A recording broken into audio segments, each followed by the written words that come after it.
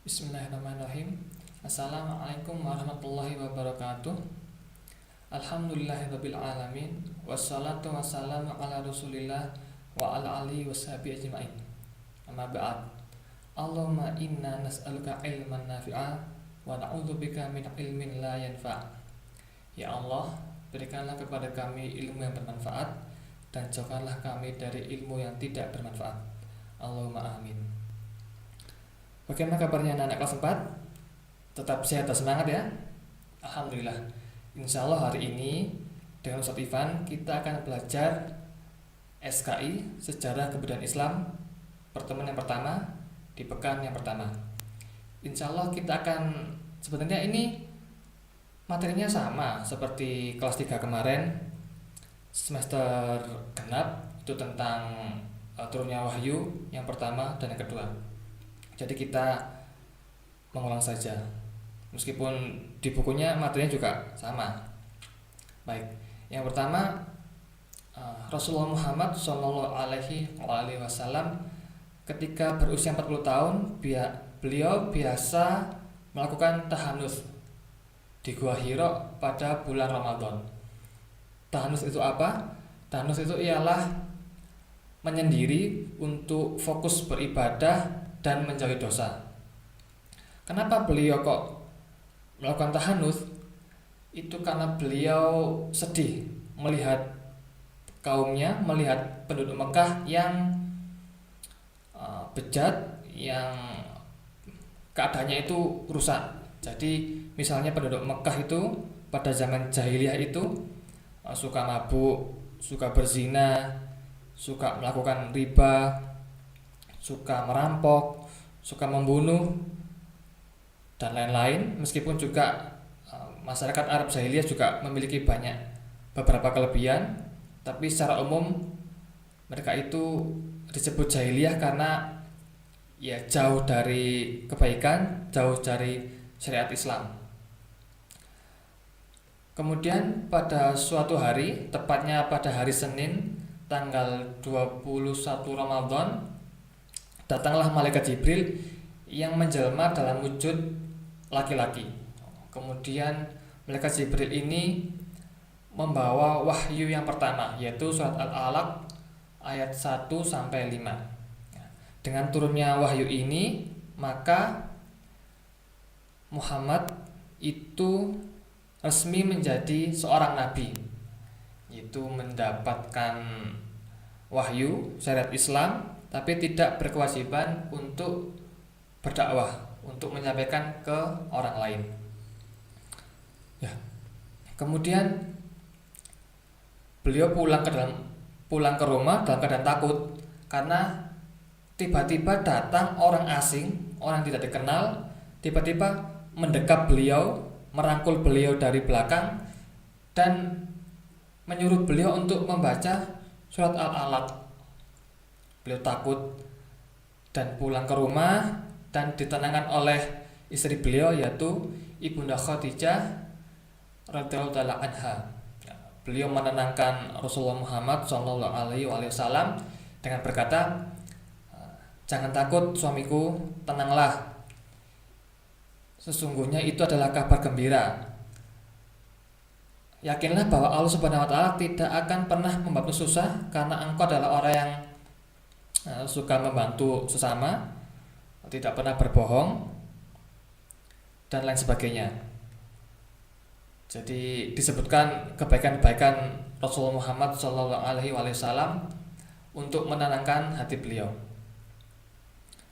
Kemudian agar Rasulullah Muhammad Shallallahu Alaihi Wasallam itu hatinya tambah tenang, akhirnya oleh Ibunda Khadijah binti Khuwailid radhiyallahu taala anha diajaklah beliau bertemu Waraqah bin Naufal. Waraqah bin Naufal ini adalah sepupu dari Ibunda Khadijah radhiyallahu taala anha. Waraqah ini meskipun sudah tua tapi paham Injil yang masih asli, Injil yang masih tidak dirusak oleh orang-orang Yahudi. Jadi masih sesuai dengan syariatnya Nabi Isa alaihi salam. Kemudian Waraqah bin Naufal setelah mendengar cerita Nabi Muhammad SAW mengatakan bahwa oh, yang datang kepada engkau itu adalah malaikat Jibril, malaikat yang sama yang dulu juga datang kepada Nabi Musa alaihissalam. Seandainya aku ini masih kuat, maka aku akan melindungimu dari penduduk Mekah yang akan mengusirmu. Jadi Waraqah bin Naufal ini membenarkan kenabian Nabi Muhammad SAW. Dan tidak lama setelah pertemuan itu wafatlah Waraqah bin Naufal rahimahullah ta'ala, semoga Allah merahmati beliau. Waraqah bin Naufal ini dianggap telah masuk Islam karena membenarkan kenabian Nabi Muhammad sallallahu alaihi wasallam. Kemudian setelah sekian lama malaikat Jibril tidak pernah muncul. Rasulullah Muhammad sallallahu alaihi wasallam rindu dengan kemunculan malaikat Jibril.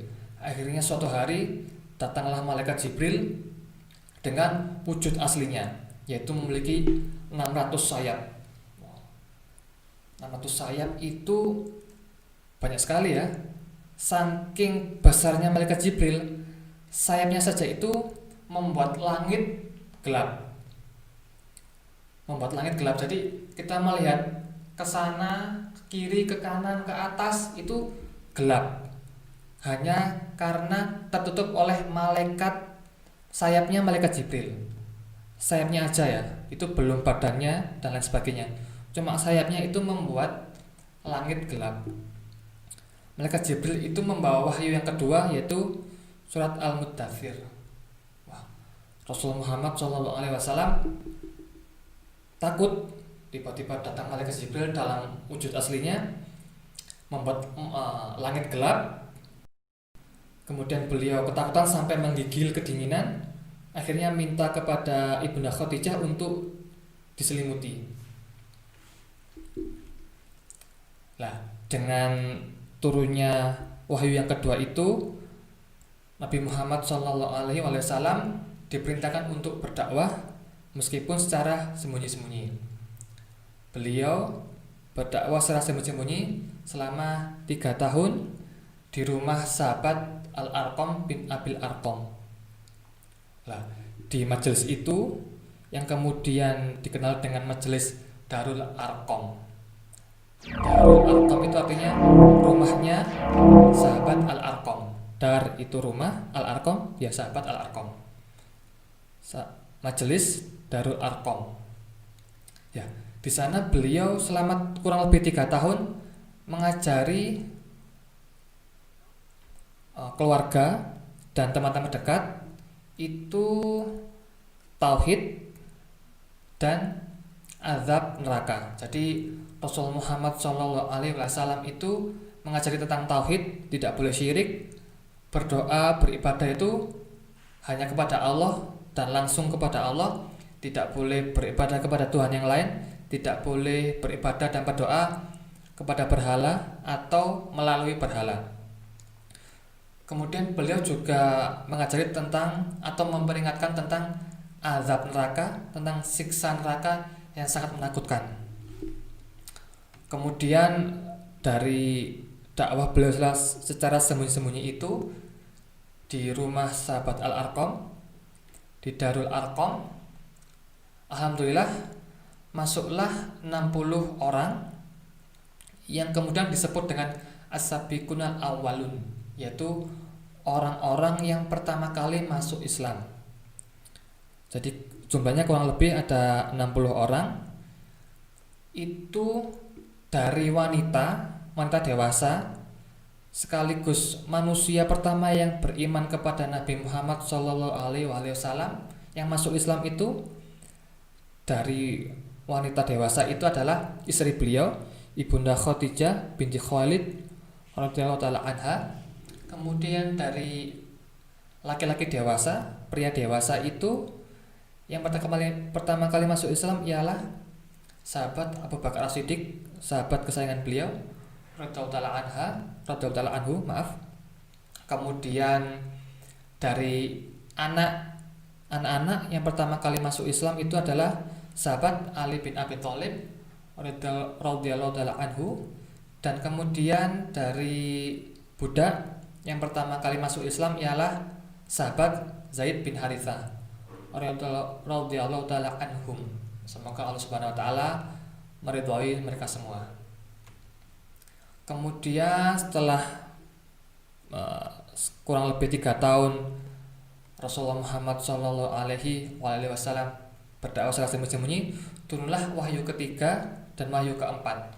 Wahyu ketiga itu surat Al-Hijr ayat 94, dan wahyu keempat itu surat Asy-Syu'ara ayat 214. Nah, dengan turunnya wahyu ketiga dan wahyu keempat itu, beliau mendapatkan kewajiban untuk berdakwah secara terang-terangan, tidak lagi sembunyi-sembunyi. Akhirnya beliau langsung naik ke Bukit Sofa dan berdakwah. Jadi beliau memanggil penduduk Mekah, "Wahai penduduk Mekah, datanglah kemari."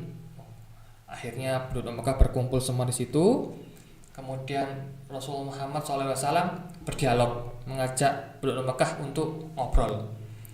"Wahai penduduk Mekah, benarkah kalian dulu menjuluki aku sebagai Al-Amin, yaitu orang yang bisa dipercaya?" Penduduk Mekah menjawab, "Benar, engkau adalah Al-Amin." Kemudian, "Kalau begitu, apakah kalian percaya seandainya aku mengatakan seandainya di balik bukit ini, di balik Bukit Sofa itu ada pasukan kuda yang jumlahnya banyak yang akan menyerbu kalian, yang akan menyerang kalian. Apakah kalian percaya?" Penduduk Mekah menjawab, "Kami percaya, karena engkau adalah Al-Amin, orang yang bisa dipercaya, orang yang tidak pernah berbohong." Kemudian Nabi Muhammad SAW melanjutkan, "Kalau begitu, dengarkanlah, aku adalah Nabiullah, aku adalah Rasulullah, aku adalah utusan Allah Subhanahu wa taala, dan aku memberikan kalian dari siksa api neraka." Wah, langsung yang namanya Abu Lahab itu langsung mencela Nabi Muhammad Sallallahu Alaihi Wasallam. Dia mengatakan, "Celaka engkau, apa cuma karena hal yang gak penting itu engkau mengumpulkan kami?"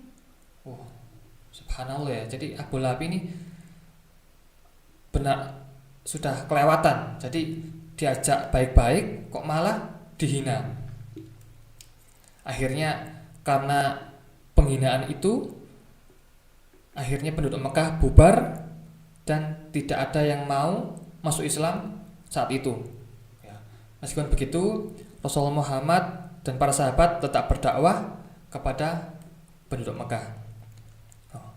Akhirnya karena kejadian itu, turunlah wahyu yang kelima, yaitu surat Al-Lahab ayat 1-5 yang berkisah tentang ancaman siksa api neraka kepada Abu Lahab dan istrinya. Alhamdulillah, sekian materi hari ini, dan semua materi mulai awal sampai akhir insya Allah Ustadz Ivan upload ke Instagram dan Facebook di sinau.ski, dan juga Ustadz Ivan upload ke YouTube, dan juga Ustadz Ivan upload ke Tumblr, yaitu blog sinauski.tumblr.com. Sekian materi hari ini, semoga bermanfaat. Wallahu a'lam bishawab. Assalamualaikum warahmatullahi wabarakatuh.